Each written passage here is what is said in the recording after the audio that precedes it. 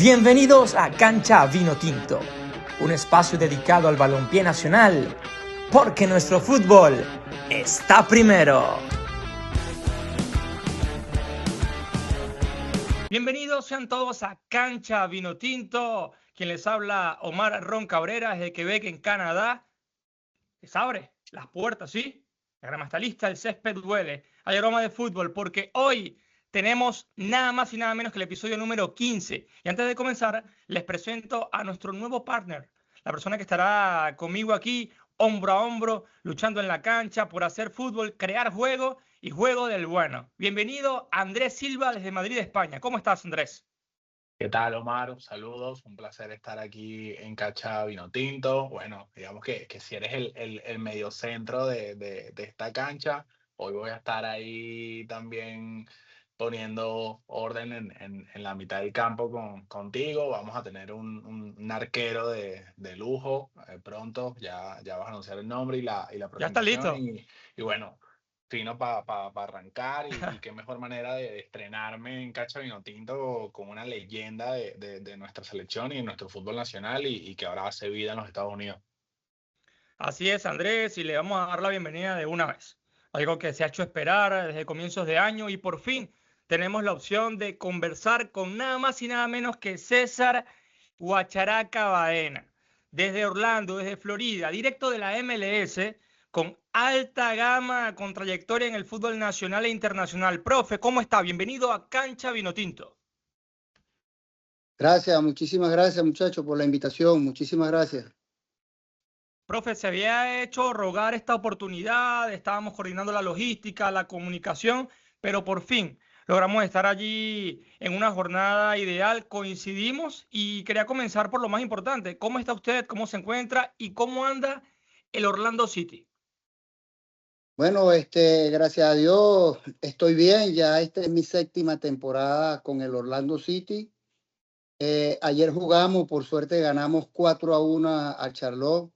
Ok. Hemos tenido una temporada un comienzo bastante irregular porque es un equipo totalmente nuevo, hubo muchos cambios. Al tercer partido del comienzo de la temporada, hace mes y medio, profesor Oscar Pareja renunció y el actual técnico es el profesor Martín Pérez Lerma, un muchacho argentino que era el asistente técnico del profesor Oscar y yo lógicamente soy el preparador de arquero. Justamente, profe, hablando de esto, quería preguntarle sobre el inicio y su vínculo con Orlando City. ¿Cómo será la llegada del profe Baena a la MLS con lo que representa esta plataforma en el fútbol internacional? Pues mira, yo estaba acá en Orlando desde el año 2017, vine a trabajar con una academia de nombre ACYE, ya no existe, esa academia se fusionó con una academia que se llama Ross, una academia muchísimo más grande. Y yo compartía mi trabajo acá en la academia con la selección boliviana que estaba dirigida por César Faría. Ok. Entonces, yo iba cuando había convocatoria de la selección boliviana, pues aquí me daban permiso en la academia donde yo trabajaba para ir a los diferentes fechas FIFA y esperando, porque Faría era entrenador del equipo Destroyer y a la Ok. vez entrenador de la selección boliviana. Oficialmente en el 2019, en el año 2019, en octubre, se oficializó definitivamente a César Faría con la selección boliviana y pues me tocó decidir entre Orlando City y la selección. En Hmm. ese momento Oscar Pareja no había llegado acá, Oscar Pareja estaba en los Cholos de Tijuana en ese momento, el equipo estaba ya en los últimos partidos. Y Fabián Bazán, mi gran amigo, preparador físico de la selección Vinotinto cuando estuvimos con César y preparador físico de Oscar Pareja por mucho tiempo, pues le dijo, mira, allá está César, vamos a tratar de que se quede con nosotros, que no se vaya a Bolivia. Y así fue, pues, aparte yo estaba en proceso ya yo tenía mi green card y entonces estaba en proceso también de conseguir mi nacionalidad americana. Y bueno, llamé a César, le di las gracias. Y, yo pensé que se iba a enojar conmigo porque siempre hemos trabajado juntos. Me dijo, no, guacha, quédate tranquilo. Lo que estás logrando es algo importante, entrar a la MLS y lógicamente que un venezolano más que entre a la MLS, pues nos abre mercado a muchos más, ¿no? Se te escucha, Andrés. Profe, ¿Estás ¿qué así? tal? Ajá. Andrés por aquí, ¿Cómo está nos Andrés? conocimos, muy bien, Sí. gracias, nos conocimos hace unos minutos. Yo quería preguntarte, aprovechando que comentas cómo se da esa llegada a Orlando City, ¿qué tanto costó esa decisión? Porque estabas dejando una selección como la boliviana, estabas dejando un gran amigo, César, con el que venías trabajando desde hace mucho tiempo. ¿Qué tanto te costó tomar esa decisión de si bien ibas a entrar a Orlando City, pero Orlando no deja de ser un equipo nuevo, una franquicia nueva para la MLS, más en aquel entonces? Entonces, ¿qué te motiva a dejar la selección boliviana de la mano de César y coger y agarrar la portería, la dirección de porteros de Orlando City? Mira, cuando ya tenía prácticamente la oferta de Oscar Pareja, porque él fue el que me dijo, César, quiero que trabaje. Yo conocí a Oscar, fue una vez que fuimos a hacer pretemporada, aquella Copa América que hicimos, que quedamos de cuarto con Venezuela allá en Argentina. Nosotros tuvimos casi 3 semanas en Dallas y Oscar estaba en Dallas, dirigía el Dallas. Ahí lo conocí, pero no tenía trato con él personal. Él me llamó y me dijo, César, quiero que me acompañes en este reto con Orlando City. Es un equipo, Orlando City en ese momento nunca había clasificado a los playoffs. Había tenido a Kaká. Cuando nosotros llegamos estaba Luis Nani, de los jugadores más destacados del equipo. Era un jugador muy importante de la liga. Yo hablé con César, le dije, César, está sucediendo esto. Yo le recomendé también, César, mira, yo siento que como todo el cuerpo técnico de él era venezolano, le dije, yo siento que tú deberías tener más aporte de Nacional, ya le nacionalidad recomiendas. boliviana Okay. porque conocen el fútbol, conocen la cultura boliviana, aunque César ya tenía 2 años en Bolivia, había quedado campeón con Destroyer. Y bueno, estaba Lino que se nos quedó en el camino, lamentablemente se nos murió en el camino, pero yo le recomendé eso y pues él me dijo, tú tienes razón, guacha, así lo voy a hacer. Le dije, espero que cualquier momento de la vida y pues siempre estamos en contacto y yo sé que cuando estábamos ahora en diciembre había muchas posibilidades de que él tomara Sí. la selección de Venezuela, pues yo estuve en Venezuela 3 semanas y le dije, César, si es ahorita, yo trato de finiquitar mi contrato con Orlando City y lógicamente a la selección de Venezuela no se le puede decir no. Pero bueno, no se dio y yo sigo acá en Orlando. Pero muy bien, porque hablamos y generalmente tú sabes cuando se toman estas decisiones, quedan las partes disgustadas, pero no, César un amigo, un hermano y de verdad que bueno, Siempre. así se tomó la decisión. Justamente, profe, quería hablar del Orlando City, ya que esto tiene inmersa mucha información, como lo mencionó Nani, Kaká, Galese, muchas figuras. ¿Cuán importante ha sido en otrora la gestión del profe Pareja y en el seno del club, sobre todo por estas estrellas que llegan con pasado, bien sea en Europa o Sudamérica? ¿Cómo es la interna del club para poder maniobrar estos egos, estas personalidades rimbombantes de salario franquicia? Porque todos estos jugadores mencionados antes, en su mayoría son jugadores franquicia de la MLS y no todos tienen esa estampa. Entonces, usted que está dentro del staff, ¿cómo es esa convivencia con estas superestrellas? Pues mira, cuando yo llegué, cuando llegamos con Oscar, era Luis Nani, DP, como llaman acá, jugador franquicia, estaba Mauricio Pereira, uruguayo, que cuando lo conocí, él estuvo en aquel suramericano donde nosotros clasificamos por primera vez al Mundial, él jugó con Ok. Uruguay. 2009. Entonces, mira qué gran sorpresa. Cuando nosotros llegamos, esos dos jugadores eran los más importantes del Ok. club. Este equipo Orlando City venía de nunca haber clasificado a los playoffs. Y bueno, a Oscar le tocó ese reto de conformar un equipo para por primera vez, y lo hicimos, ¿no? Tuvimos 6 años consecutivos clasificando los playoffs. Y mira, la convivencia normal, Luis Nani, una excelente persona, lógicamente como todo jugador de élite, tiene sus egos, pero es un tipo, excelente persona, excelente profesional, de verdad que sorprendido por la forma como trabajaba Nani, cómo cuidaba su físico y te da lecciones de fútbol, de vida, porque a veces uno piensa que jugadores que han conseguido tantas cosas en el fútbol, en la vida, pues jugador que a lo mejor se toma los últimos años de su carrera Unas como, vacaciones pagas. como pasarla bien. Pero no, este Claro. Nani era excepcional. Igualmente después nos llegó Pato, Alexander Pato, Uf, sí. excelente persona, excelente jugador. Y bueno, una de las particularidades de Oscar es un tipo que conoce muy bien la liga, saber manejar esos egos en el camerino. Acuérdate que como hay jugadores DP, hay jugadores que están comenzando su carrera y Total. las exigencias son igual para todos.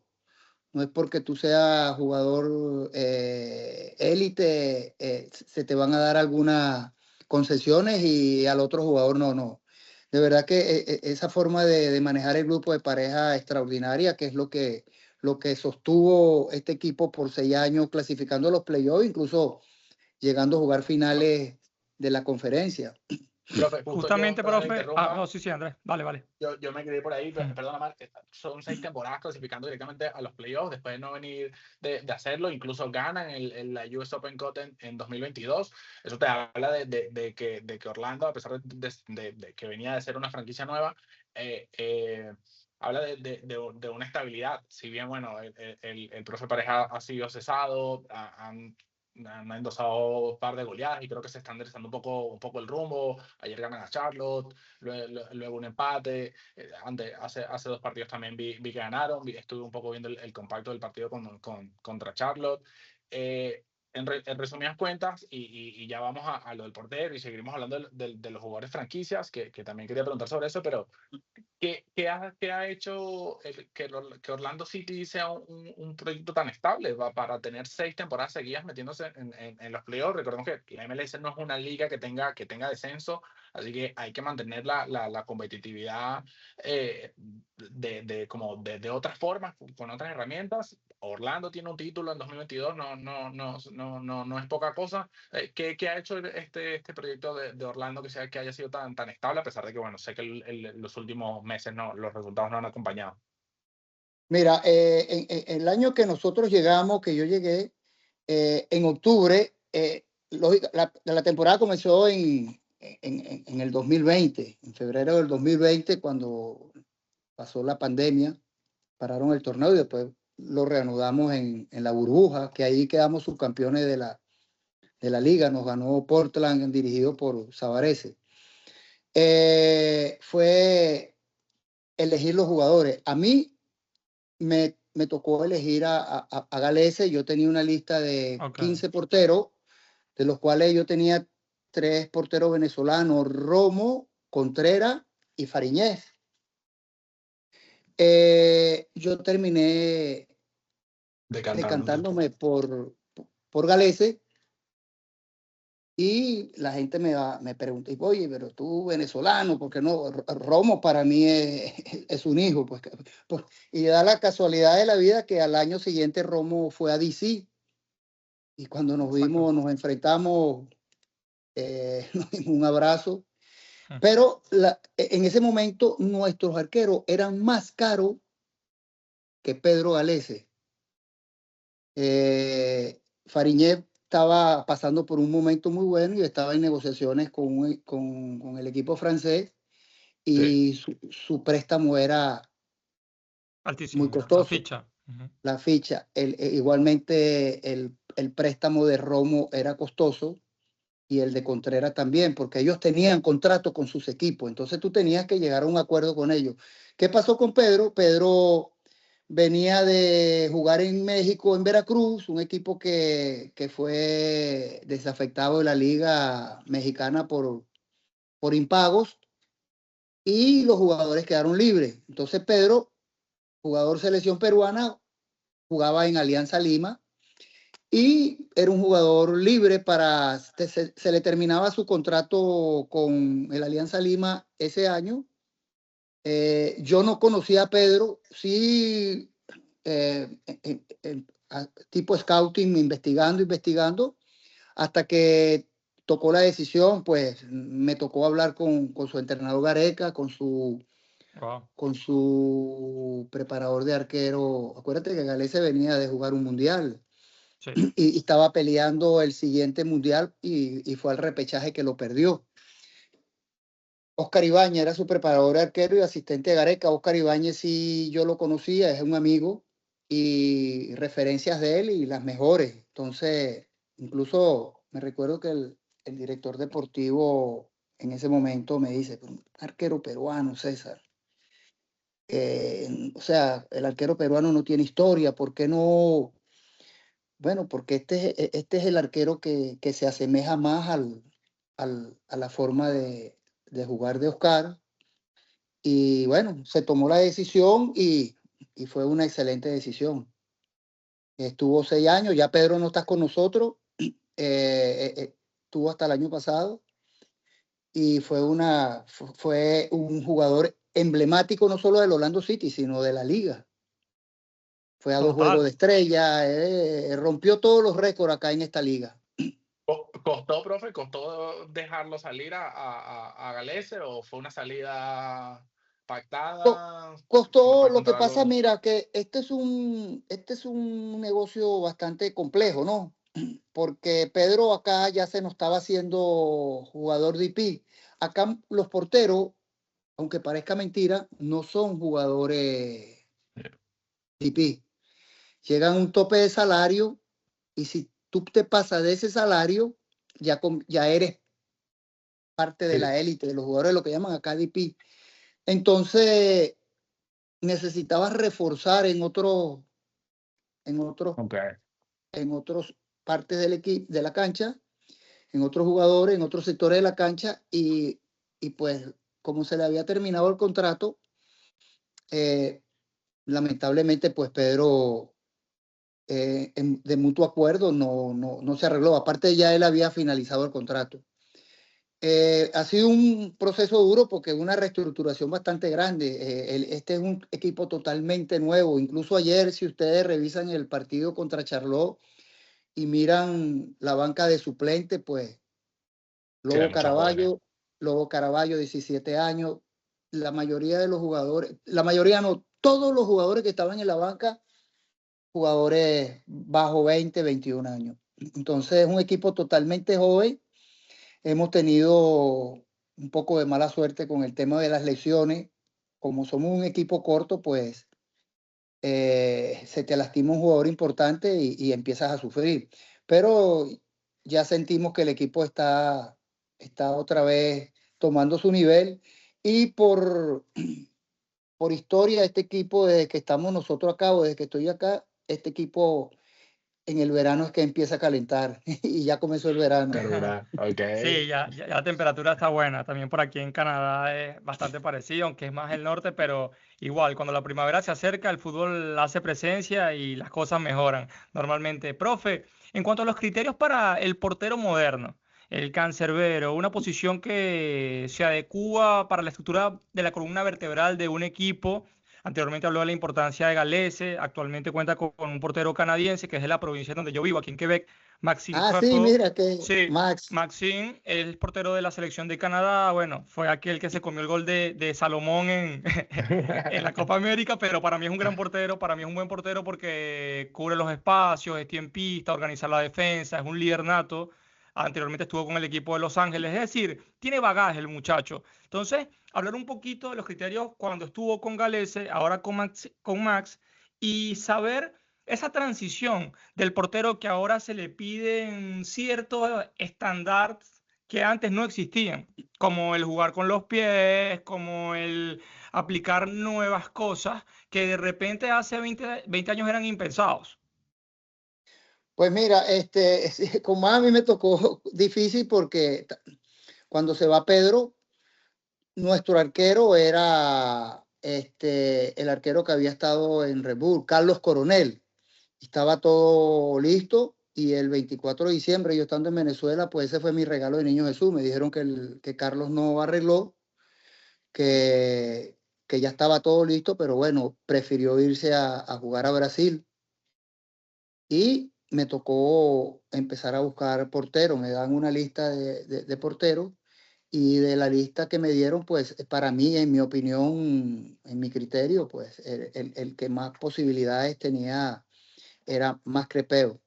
Me vine el 26 en emergencia para Orlando, me reuní con él, le dije, no se había llegado a un acuerdo contractual con él, le dije el techo alto que le había dejado Pedro Galese, él lo entendió, le dije, mira, este arco es caliente, te estoy eligiendo yo a ti porque eres jugador de selección, vas a jugar un mundial y él se está peleando la titularidad con el arquero del Inter Miami. Miami. Sí. Incluso ellos están alternando en los partidos amistosos, alternaron el primero que jugaron el mes pasado, jugó el otro chico, Sancler, perdió y jugó más el siguiente y empató a 0.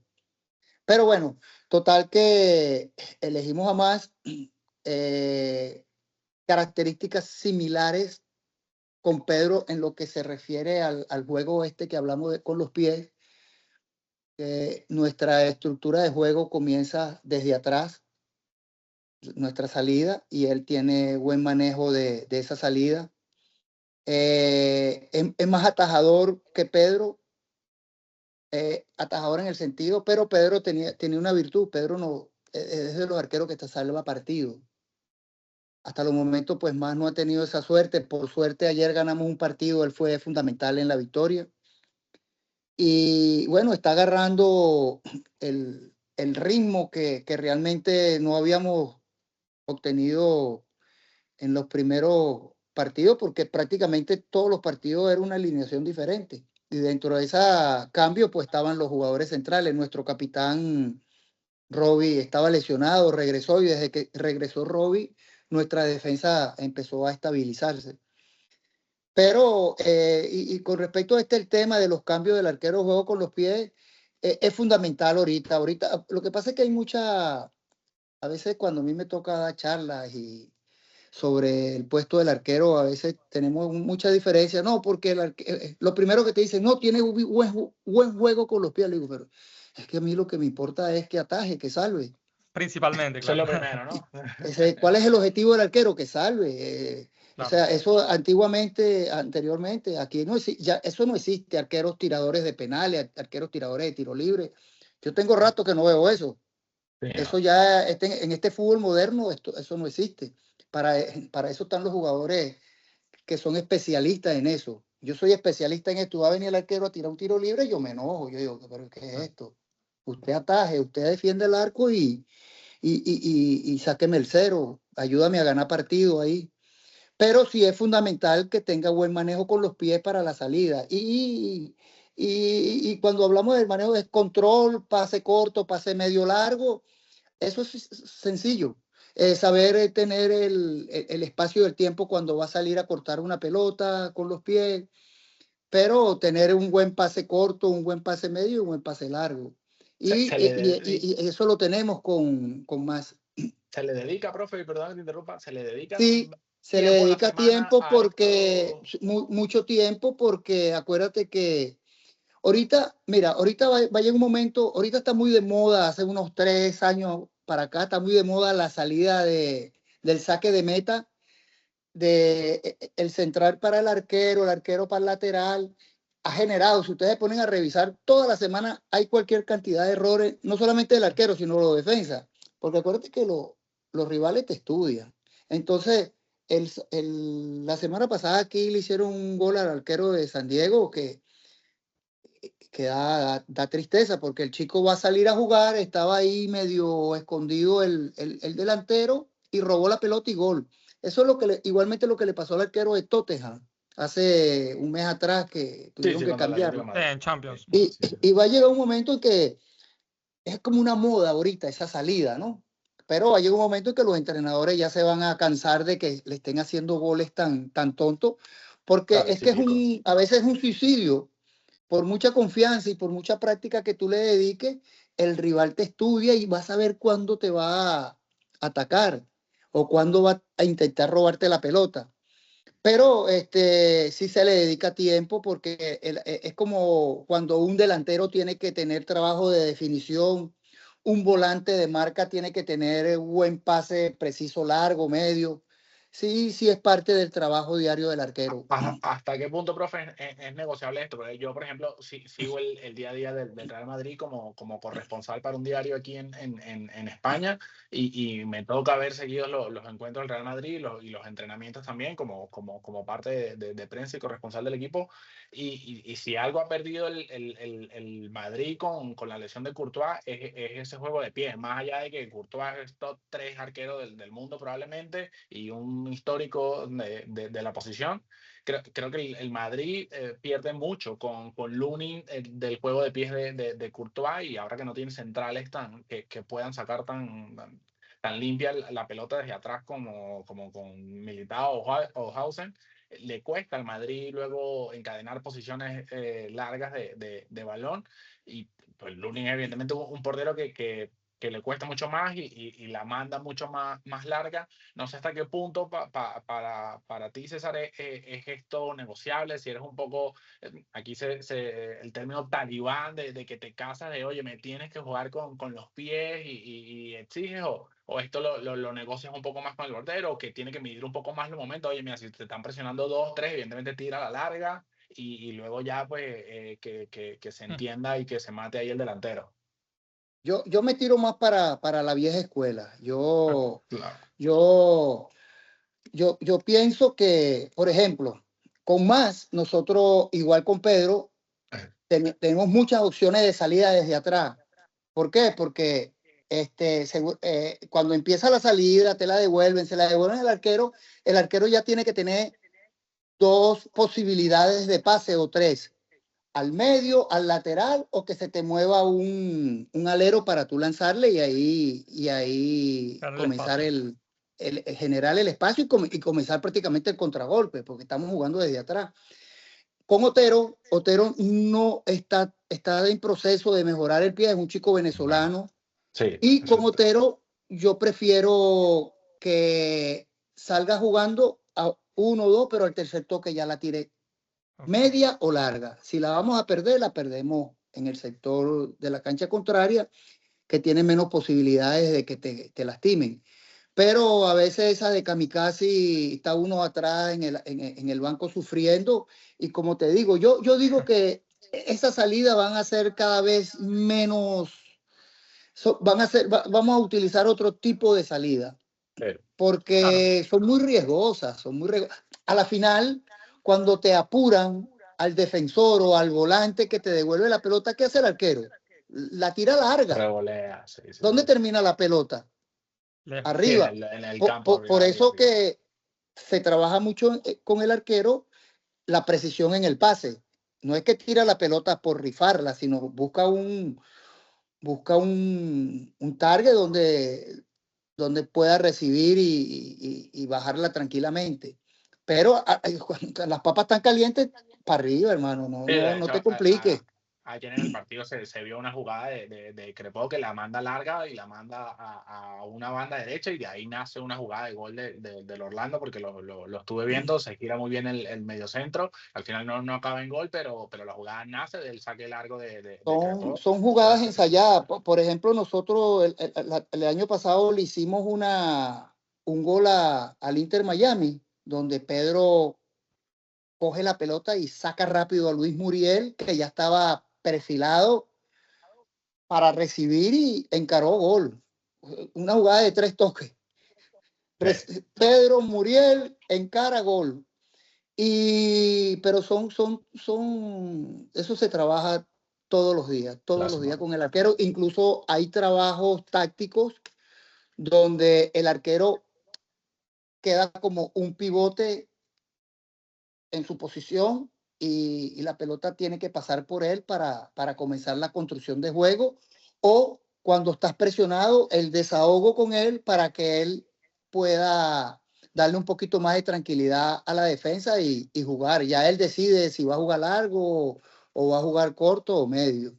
Sí, justo Profe, lo veo aquí con Courtois y con Neuer. Adelante, más, perdón. profe, haciendo énfasis allí en lo que acaba de comentar, en base a esa rivalidad con el Inter de Miami, ya vamos a hablar del Guacha, jugador, portero, líder, pero para cerrar un poco este periplo del Orlando City, que todavía está vigente, gracias a Dios, le quería preguntar sobre esa rivalidad que nace después de la llegada, que ya sabemos la constelación de estrellas del Inter, de Messi, Suárez y compañía. Todo eso, ¿cómo lo ha percibido y eso que se ha levantado? Porque sé que el verdadero rival de Orlando es el Atlanta United. Muchos Sí. duelos de chispas en la época de Joseph, entre otros jugadores, encuentros electrizantes. Pero luego del Inter, yo tengo mucho en la memoria de la Leagues Cup en el 2023. Un aguacero, un encuentro que se suspendió, se jugó, se dieron de todo y se siente un ambiente distinto, que no es tan fácil crear un ambiente de fanaticada sólida en la MLS. Han crecido muchísimo y yo percibo que cuando juega Orlando contra el Inter es un duelo a muerte. No importa, pero se disputan de quién es la Florida como tal. Así lo percibo yo desde el ambiente por la televisión. Sí, bueno, es el clásico de la Florida. Se le ha dado mucha importancia como un clásico Atlético Madrid, Real Madrid.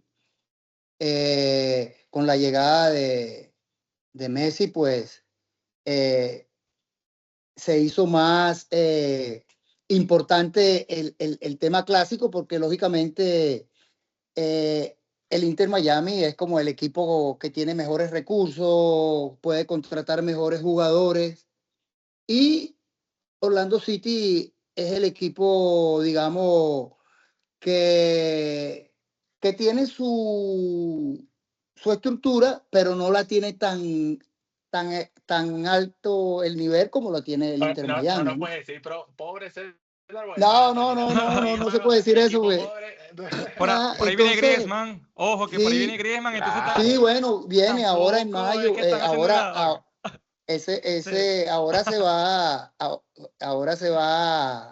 Nos vamos a dar un poquito más de caché nosotros, ¿no? Seguro. Pero de verdad que el clásico se vive muy bien. El último clásico empezamos nosotros ganando 2-0. Ellos terminaron volteándonos el partido 4-2, pero la gente sale contenta porque es que los dos equipos se entregan al máximo. Ves un partido, o sea, si tú te pones a ver un partido de Inglaterra, en España, y tú no tienes nada que envidiarle. Hay mucho roce, como todo clásico. Esta es una liga donde hay muchos códigos, mucho respeto. Hay que a veces callarse cosas porque si la dices, pues te expulsan o corres riesgo de tener sanciones. Pero sí, el clásico se ha hecho muy fuerte acá y eso es bonito porque la gente disfruta. Se le tiene ganas al Inter de Miami en Siempre, Orlando. igualmente ellos. Mira, el último partido yo tuve un roce con De Paul. Entonces, claro, porque Messi la pedía que se la cantaran toda y yo hice un gesto y Y después Paul fue y me dijo, boludo, quédate tranquilo y tal. Y nos fuimos al vestuario ahí diciéndonos cositas, pero bien, con Ah, respeto, te mostró la estrella del campeón. No, y entonces Que después, bueno, yo tuve que cerrar la boca porque el hombre hizo un gol y me hacía, Bueno. me tocó. Una de cada, otra Así de es el arena, profe. fútbol, Así es, así es sí, el total. fútbol, Sí, así es el fútbol. sí, Total, sí. total, total. Entonces, eso a veces, eso uno lo extraña porque uno cuando jugador pues disfrutaba ese tipo de momentos, ¿no? Para allá vamos, para allá vamos. Para César Baena, jugador, profe. Primero, inicios, inspiración, referencia. ¿Por qué guardameta?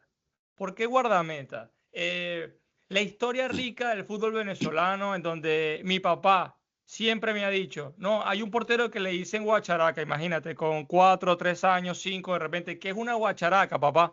Entonces también de esos orígenes, el apodo, ya yo lo sé, pero hay muchas personas que te observan en este momento y van a reproducir el video. Yo hice una reflexión muy profunda con Leo Morales y él me decía, sigan construyendo ídolos, sigan fortaleciendo la identidad del fútbol venezolano. Y eso es lo que nosotros necesitamos, que la gente también conozca quién es Guacharaca Baena, no solo como entrenador, sino también como jugador. Esa imagen que tienes allí en el WhatsApp, tapándole una a Maradona, no cualquiera puede decir eso. Entonces, exprésate un poco de tus orígenes en el fútbol, de por qué seleccionas la posición y vamos ahí en esa dinámica, porque para mí es muy interesante. Yo estoy aquí con un libro de historia y estoy tomando nota de todo lo que me está diciendo. Bueno, mira, yo comencé jugando béisbol porque yo Ok. vivía en Catialamar, no sé si ustedes conocen el estadio de béisbol César Nieve, Ok. y mi casa estaba a una cuadra. Incluso cuando los Tiburones de La Guaira, yo tenía 7, 8 años, los Tiburones de La Guaira jugaban en ese estadio César Nieve y la pelota de foul caían casi en el techo de mi casa. Y recuerdo que nosotros, jovencitos, 9, 10 años, pues cuando caía la pelota uno la devolvía y te daban 5 bolívares. Y aparte cuidábamos los carros, cerca de la casa cuidábamos los carros. Y te daban un bolívar, 2 bolívares. Ahorita tú le preguntas a la persona qué es un bolívar, y un bolívar era mucho en ese momento. Pero bueno, yo era jugador de béisbol, pero en ese estadio César Nieve también se armaba en los files la cancha de fútbol. Y me empezó a gustar más el fútbol porque tenía más actividad. No estaba, yo jugaba shortstop y claro, el shortstop siempre tiene más acción que otra posición en el béisbol, Entonces me fui viendo por el fútbol porque tenía más actividad y yo era lateral derecho, pero yo realmente era muy flojito con el juego con los pies y era metedor, me gustaba pegar y meter y me expulsaban mucho. Entonces, con 10 años, entonces un día el arquero no fue y el entrenador me dijo, vete al arco. Y como yo era un flaco desgarbado, medio alto, y tenía habilidades, porque fíjate que tenías tenía reflejo, habilidades. venías a ese shortstop y decías, tú tienes Entonces, reflejo, dale para el arco. y lo bueno que me gustó del arco fue que nunca me sacaban. Okay. Entonces jugaba todo el partido y dije, no, aquí me quedo. Y me gustaba porque tenía agilidad y bueno, ahí me quedé y hasta que comencé a jugar torneos organizados ahí en La Guaira. Pero en ese momento nosotros éramos departamento Vargas, no era estado, nosotros éramos un departamento del Distrito Federal. Un día me tocó jugar en Caracas y estaba con 13, 14 años, estaba Manuel Plasencia, que era el entrenador de la selección del Distrito Federal. En ese momento yo era infantil, iba para infantil B. Estaba pasando mi infantil B a infantil A, tenía ya 14, 15 años. Y un amigo me invita a entrenar en el Central Mairense, que también lo dirigía Plasencia. Y pues llegué en ese momento, en el año 77, 76, no existía la figura de entrenador de portero y tu trabajo consistía en que te remataran al arco y una que otra vez te agarraba el entrenador y te tiraba un par de pelotas. Tuve la suerte de que muy jovencito, con 16, 17 años, los arqueros del Central Mairense los firmaron para equipos profesionales, entre ellos estaba Oreste Pérez, que en paz descanse, Alexis Toro, que jugó en el Marítimo de La Guaira mucho tiempo, fue arquero de la selección de Venezuela en aquel famoso suramericano que se hizo en Valencia, donde jugó en el año 78, donde jugó Maradona, Ramón Díaz, no sé si se acuerdan, que después al siguiente año fue el Mundial en Hong Kong, que quedó campeón Argentina. Entonces nosotros tuvimos la dicha de ver a Maradona en Valencia con 17 años, ¿no? Y después mira lo que se convirtió Diego.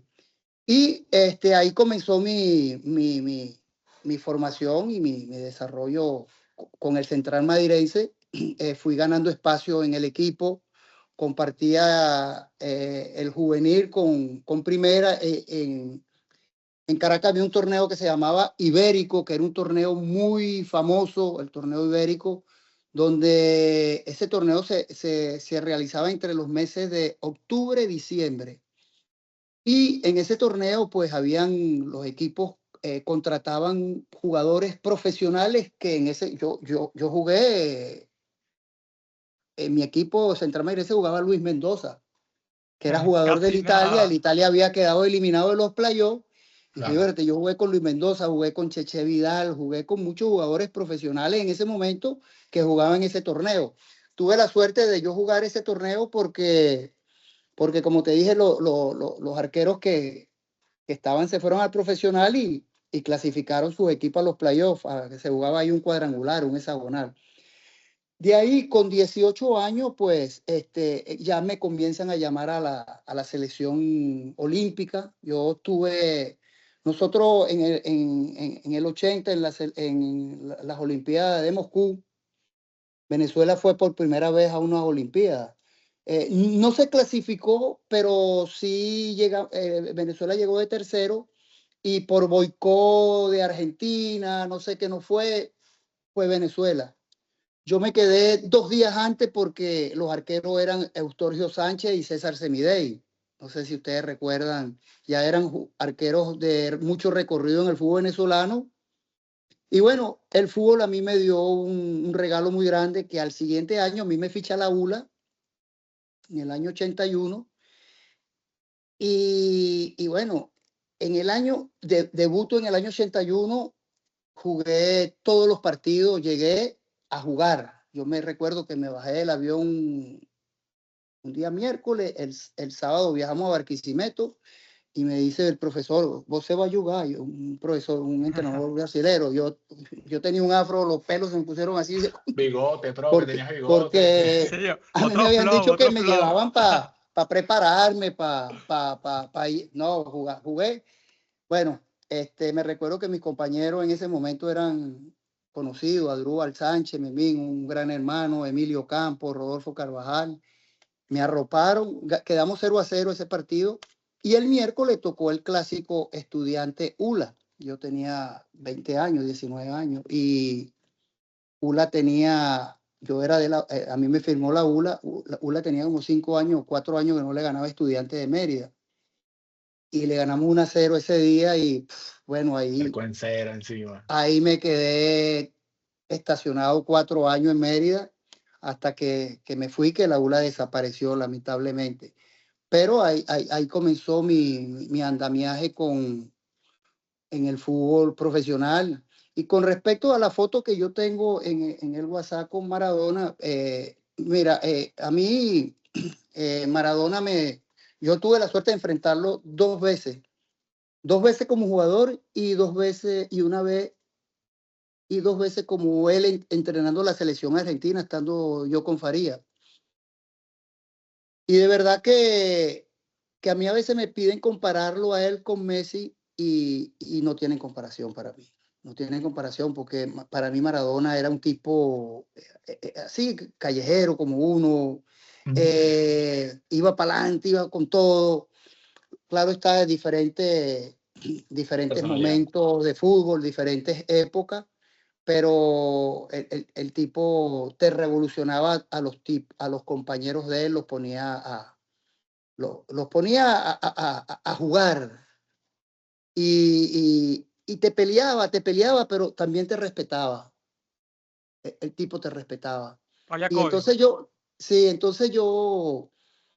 lo puse ahí, tengo mucho tiempo con esa foto ahí, no la voy a cambiar porque de verdad que lo siento como Momento un histórico. momento y es como, no sé, como hacerle un homenaje a Claro. Maradona. Profe, Y en mi comienzo, pues, para mí, mi ídolo en mi comienzo era Vicente Vega, el papá de Reni. de Reni. Yo vi a Vicente jugar y yo con 17, 18 años, yo decía, "Uf, yo quiero ser como él". Y después el otro que también tuve la suerte de enfrentar fue el Pato Fillol, siempre lo digo. Mis ídolos en el arco eran Vicente Vega Wow. y el Pato Fillol. Tuve la dicha de Vicente entregarme los guantes, él era el titular de la selección y bueno, yo agarré el testigo. Yo Tremendo. compartí habitación con Vicente en paz descanse cuando nos convocaban a la selección de primera y él era el titular. Yo debuto en el primer equipo jugando contra España. Él se lastima en el primer tiempo, entro yo, estábamos perdiendo 2-0 y entro yo en el segundo tiempo porque él se lastimó y bueno, tuve la suerte de mantener el arco esos 45 minutos en cero que jugué contra la selección de España que jugaba arconada, jugaban una cantidad de estrellas en ese momento. Y Fillol porque, no sé, y tuve la suerte también de compartir con Fillol, tuve la suerte de enfrentarlo con la ULA Mérida, él jugaba en Flamengo en una Copa Libertadores, que nosotros en ULA pasamos a los Copa cuartos de Libertadores final en ese momento. del 84, lo estuvimos Sí, revisando, señor, y estuvimos repasando, creo que sí. entonces, y después tuve la suerte de en Te Argentina expulsaron, compartir con ¿no? él una cena, fue algo bastante emotivo. Te expulsan, creo que en esa Copa Libertadores, que llegan Ujú. a cuartos o a semis con la ULA, que le ganan a Sporting Cristal, si algo no me equivoco, que estuvimos repasándolo con Omar, repasando carrera. Hay un partido en el que te expulsan, ¿no? Y no puedes jugar, creo que es la ida o la vuelta. Si nos No, puedes recordar. a mí me expulsan después del partido que ganamos en Cali. Fuimos un partido extra con el Sporting Cristal. Nosotros legalmente habíamos clasificado por gol averaje. Okay.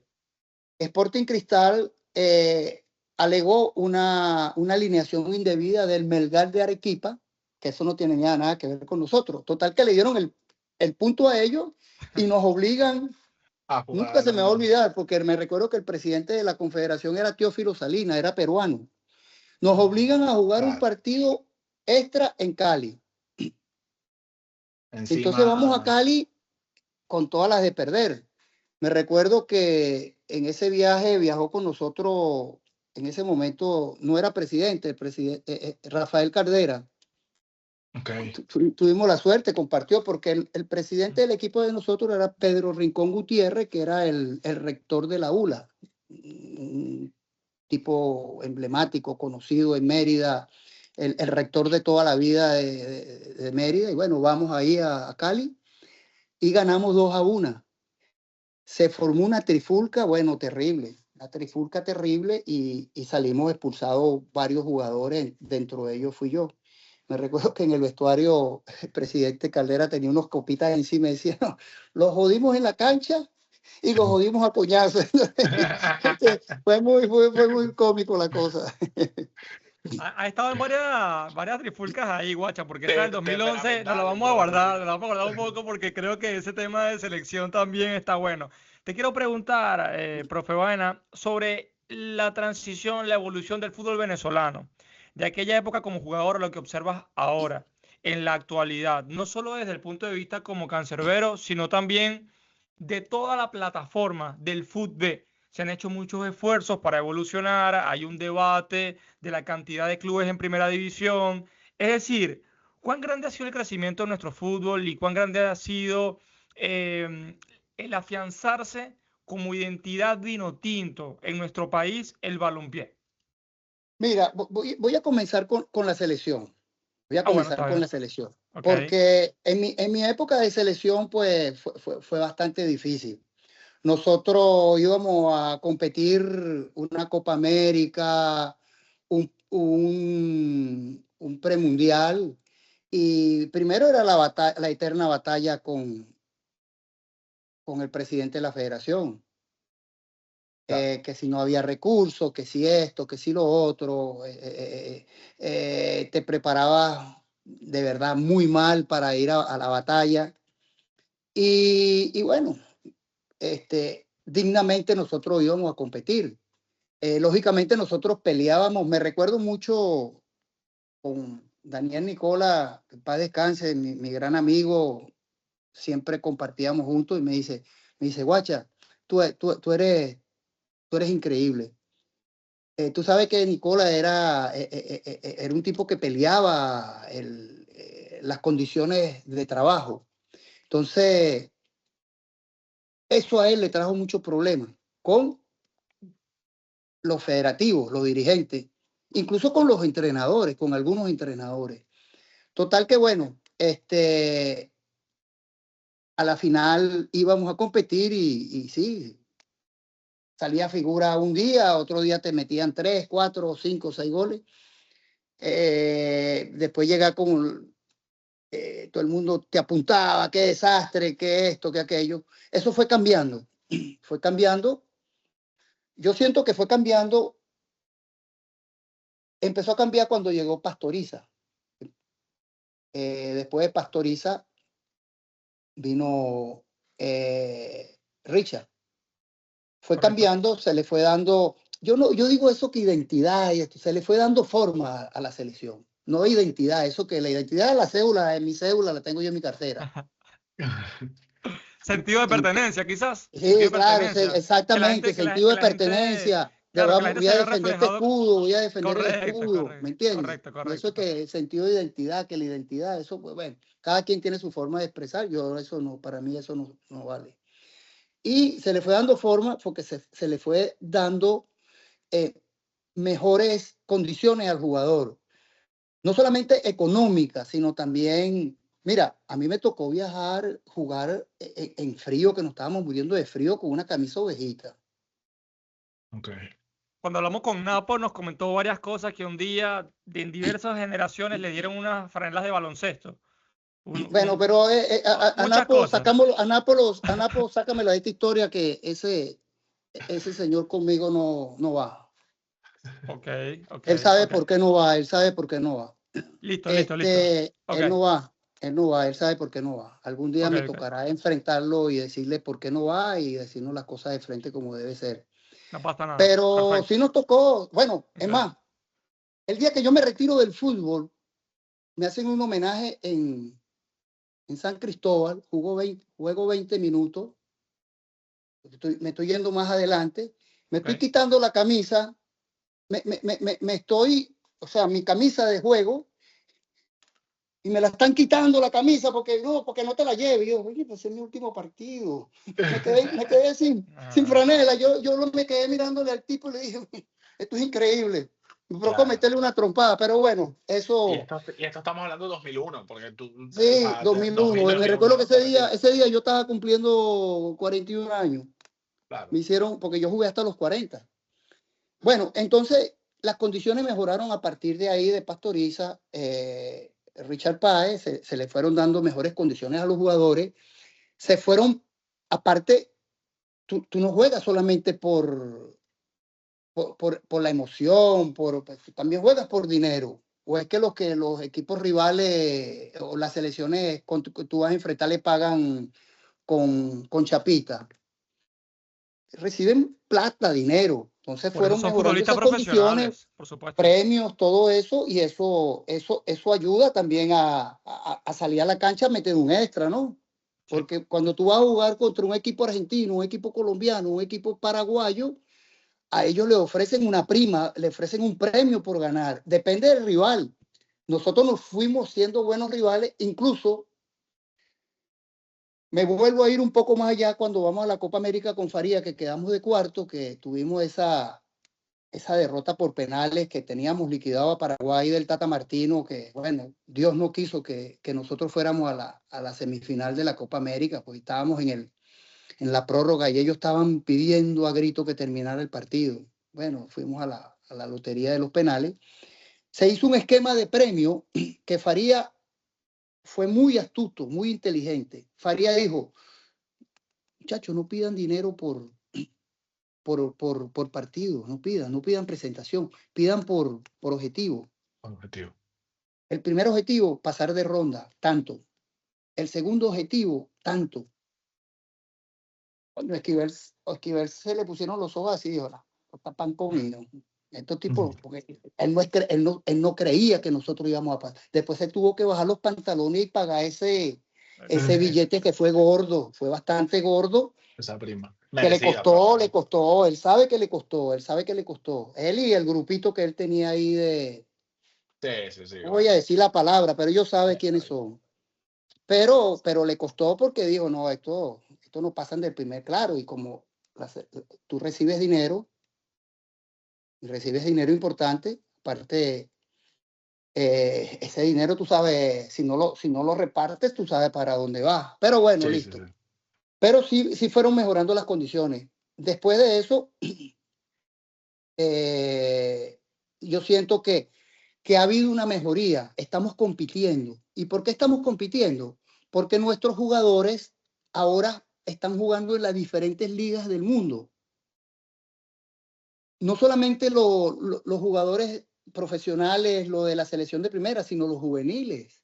Los juveniles están jugando en muchas ligas fuera del mundo. Y eso le da un plus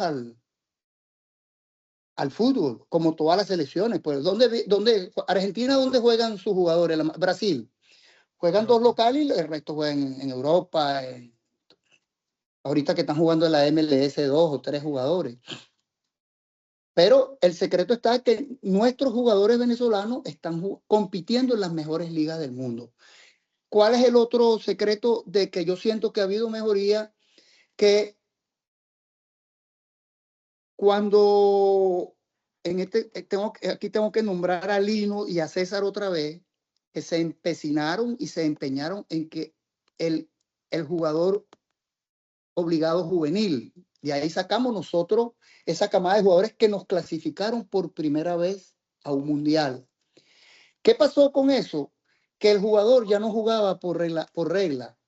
Salomón no jugaba por regla, con 18 años. En absoluto. No. Figura del Aragua. Romo no jugaba por regla. Condiciones. Por condiciones. Por mérito propio. Entonces, el Menino, Sema Velázquez, jugaban titulares en su equipo. Correcto. Sí. Anteriormente a eso había habido también la regla, pero la regla era metías el juvenil, metías los juveniles, los sacabas y metías otro y te eliminabas el juvenil. No sé si ustedes recuerdan esa regla. Sí, esto pasó. Sí, es una manera de muchos entrenadores la hacían. La regla, metían los dos juveniles, los sacaban y metían el otro. Ya perdían los cambios, pero se libraban del juvenil. Eso se eliminó, eso lo peleó Faría, eso lo peleó Lino. Incluso, mira, Richard Páez dirigió la sub-20, no logró, porque él no pudo clasificar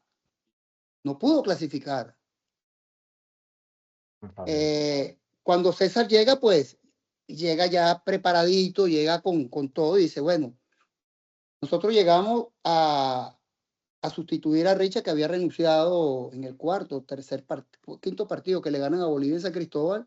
2007, y nosotros éramos debut y despedida. La gente decía que 3 partidos y nos sacaban, nos echaban.